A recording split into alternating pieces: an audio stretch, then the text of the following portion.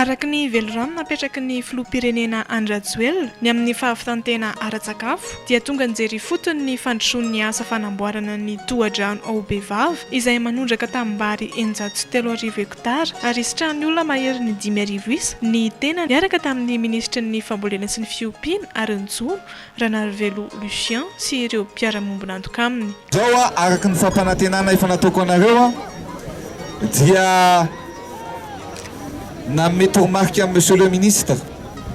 no mba hijerevana indrindrindrindra anty barrage eto a Bevava ty de tongotsika eto androany satria hitanareo zany fa efa vita 700 izy nareo ny fanaovana anty prise d'eau ty na hidin-drano zay amatsy eo amin'ny 3600 hectares eo miaraka amin'ny barrage eto sy ny barrage any Asamaloto dia matratrany amin'ny 7400 hectares eo zany zay no totanisa azoko aty afahana mamatsy rano an'ireo toeram-pambolena ireo nandeha lavitra de lavitra zay ary hitanay tokoa fa tena manana tany mamokatra aty aloatra mangovo ary ny fifehezana ny rano dia anisan'ny zava-dehibe mihitsy afahanareo mamokatra bebe kokoa ka ny fahavitany zao afodi-davitra azy zao dia afaka matoko zany tsika fa hialefy ary tsisy intsony ny olana ara-drano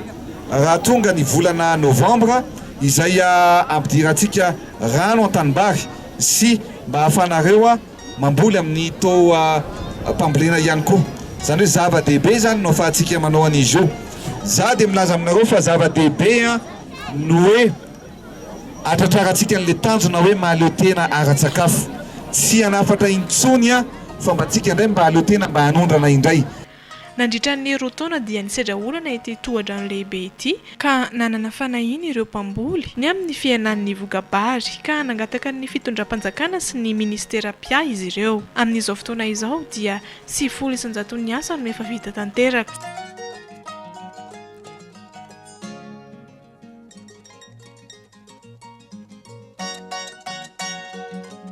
Zava-dehibe tokoa izany ho amin'ny seha-pambolena amin'ny faritra aloatra mangoro iny ny amin'ny mahasombotra ny vary any Ambatondrazaka. Ny vary tokoa mantsy no foto-tsakafon'ny malagasy ka tsy nangatakandro ny fitondram-panjakana ho amin'ny fanarenana izany araka ny efa nampanantenainy an'ireo mponina indrindra ireo mpamboly eny an-toerana mba ahafahana mamokatra bebe kokoa izay hiaraha miasa akaiky amin'ny ministeran'ny fambolena sy ny fiompiana ary njono. Ny fikambanana ao amin'ny Fédération PC15 Vallée Mariana moa no miaro sy mitantana ny foto-drafitrasa eto amin'ity toha-drano Bevava ity amin'izao fotoana izao ary efa velom-panantenana izy ireo ny amin'ny fiakaran'ny vokatra aorian'ny fanamboarana azy. Ny barrage Bevava moa zany izy io dia barrage de retenue ka nisy moa mifasimbana teo aloha ka amin'izao fotoana zao zany dia efa vita ny olana teo aminay zany efa milamina zay satria nisy mifasimbana tao amin'ny Peldevana efa vita izy amin'izao fotoana zao amin'izany nefa tsy avaiza fa avy any amin'ny fitondrana fohibe zany nazahoana izany ny angady nananana sy mivina ahitana ny famatsim-bola aty aminay zany ny vokabarinay moa zany amin'ity misy an'ity barrage Bevava ty zany dia mahavokatra zay 3 ka hatramin'ny 5 tonnes isa-taona ka raha ohatra moa zany hoe tanteraka tsara tanteraka le fanampin-drano le misy atao hoe mora telo zay fa hitanay fa nanaovana étude fa ny ministera ny dossier rehetrarehetra mikasika an'izay afaka mamboly zay indroa anatin'ny taona ray ary afaka ampitomboinay hatrany amin'ny 2,000 hectara any akoatran'io 903 hectara io ny tanimbary volenay.